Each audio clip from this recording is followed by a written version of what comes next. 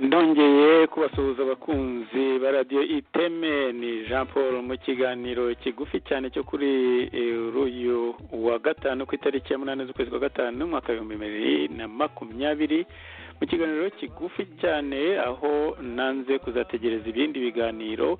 Nababwiye amakuru agezweho, amakuru amwe namwe nagiye mbabwiramo mu biganiro byacu byatambutse, by'umwihariko ibiganiro bibiri bishize, aho navugaga ku iperereza ririmo gukorwa ku bijyanye n'imyitwarire cyangwa se n'ingabo z'u Rwanda kwinjira mu bice bya Uvira, aho bagamije guhungabanya umutekano w'i Burundi.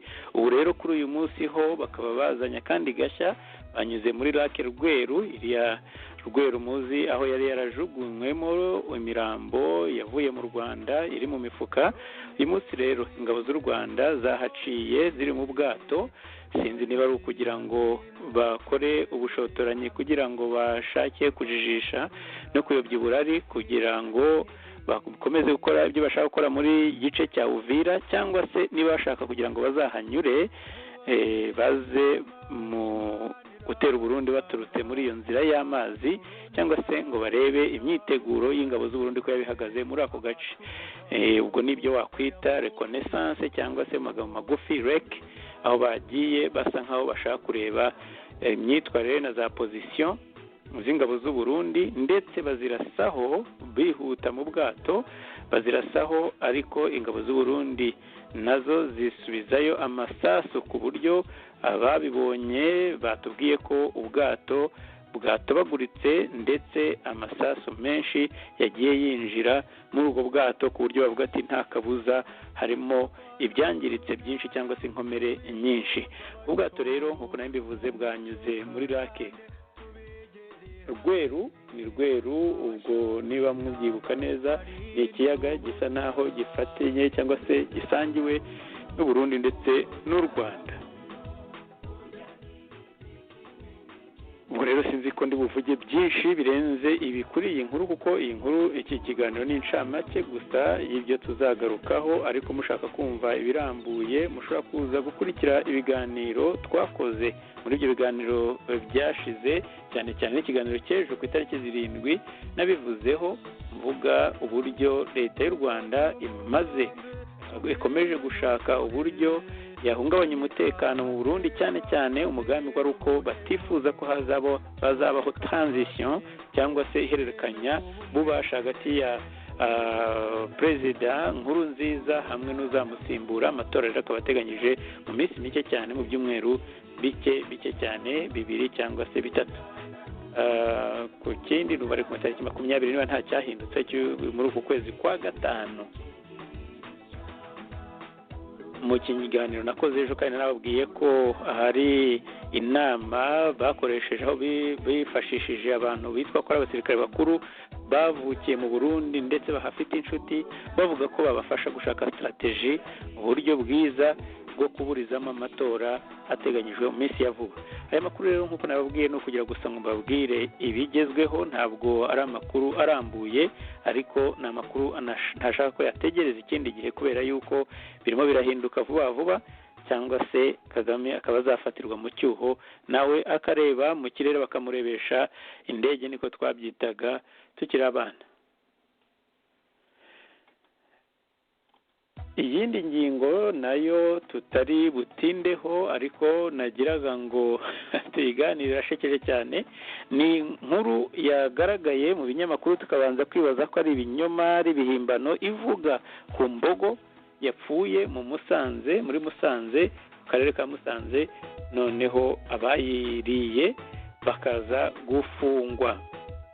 Inkuru rero ntabwo ari uko imbogo yapfuye barangiza bakayifunga. Reka mbabwire amakuru twabonye uko yari ameze, uretse ayo mwasomye reka bare duheraho, cyangwa nuko amazi menshi cyane muri yangije ibintu byinshi cyane. Mu kiganiro cyacu cyo ku itariki ya 7 z'ukwezi kwa gatanu, ari nacyo twakoze umunsi w'ejo, twavugaga ko imvura yari imaze guhitana abantu bakabakaba 100, Nyabihu n'ahandi na za Gakenke, ariko i Kigali nka za Kimisagara n'ahandi imipaka nako imihanda yari yafunzwe.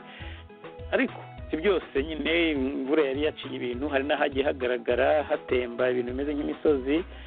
Ni muri urwo rwego rero nabwo ni muri ubwo buryo hari imbogo zavuye muri parike ziratemba, zitembanwa n'ayo mazi n'iyo mivu y'amazi.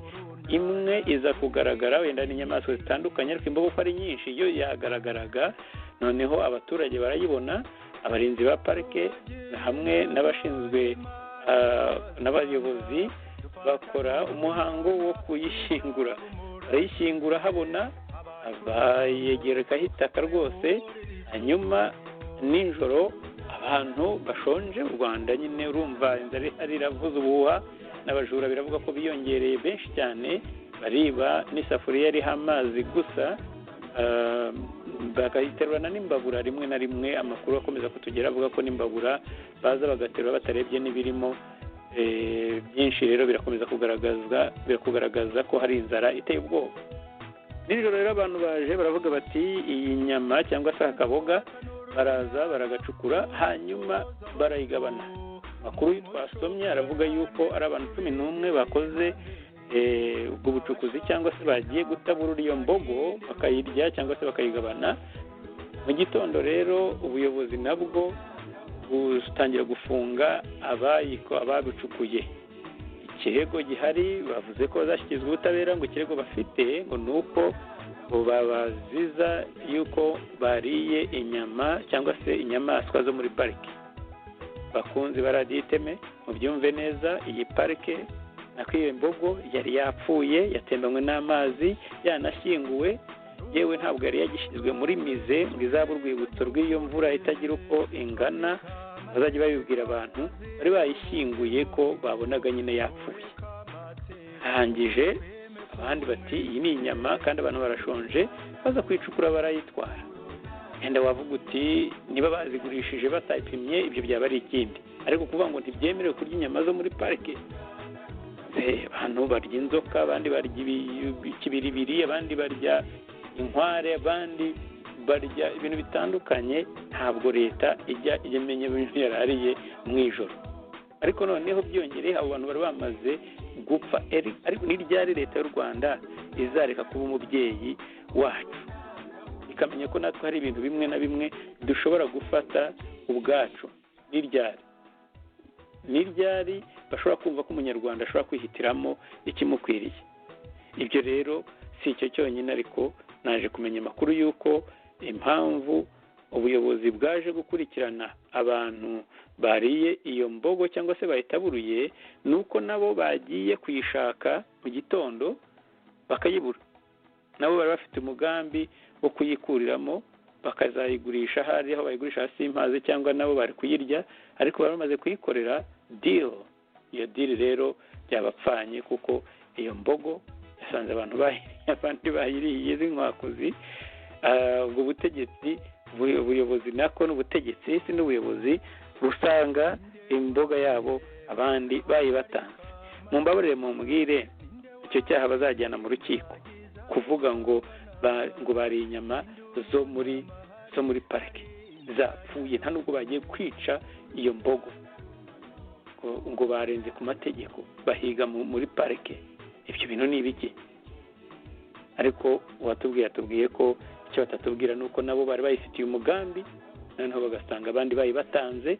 Bari bazi ko bari wicukure mbere y'igihe, batekereje ko hari undi muntu wari ufite ubwo bwenge bwo kuyicukura, bakubita rero igihwereye, bahita bavuga bati reka twihimure ku bayijyanye, ariko bavuga ngo bariye inyama zo muri parike. None se par definition iriya nyama ni iyo muri parike? Iracyari iyo muri parike? Iriya yabaye kimeza, yari yapfuye. Ibikurikira ntabwo rwose ari iby'abayobozi, kandi bari bayishyinguye bayihambye nako ku mugaragaro. Sinzi itandukaniro niba ari rinini. Ibindi ni imyigaragambyo yabaye muri Huye, aho hari muri Huye habaye imyigaragambyo, abaturage batambika ibiti mu nzira bakumira abantu bo muri Wasake, bayihora serivisi mbi, banabuza gukora akazi kayo.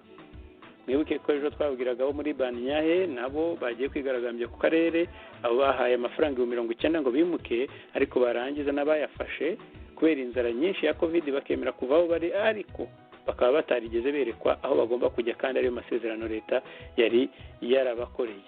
Ibi rero ni bike cyane muriho bibera mu Rwanda, ariko nashaka kugira ngo ayo makuru nyabasangize, twe kuzategereza ikindi gihe. Mbararekere ikiganiro kizaba ejo kuri mwebwe, mushobora kuba ari uyu munsi muri buze kumva iki kiganiro kuri YouTube. Ubwo rero ni mu kanya saa 11 abari bucyumve ejo ni cyangwa se mbyite uyu munsi ku itariki 9 ni saa 11 muraba muri kumwe na Shire ndetse na Emerance mu kiganiro tuganire. Ubwo rero habaye impamvu yatuma tugaruka muri studio kuri andi makuru mashyashya twagaruka, ariko nagira ngo mbahe iyo update nk'uko nakomeje kubabwira ko nzabakurikiranira buriya mwiryane uterwa na leta y'u Rwanda ishaka kuburiza mu matora mu Burundi. Iyo ni yari inkuru nyamukuru kuri uyu mugoroba. Mugire ijoro ryiza rero, abandi mugire umunsi mwiza n'igitondo cyiza aho mwumvise iyi nkuru bukeye. Ariko nanjye Jean Paul turayishimye, naho ubutaha.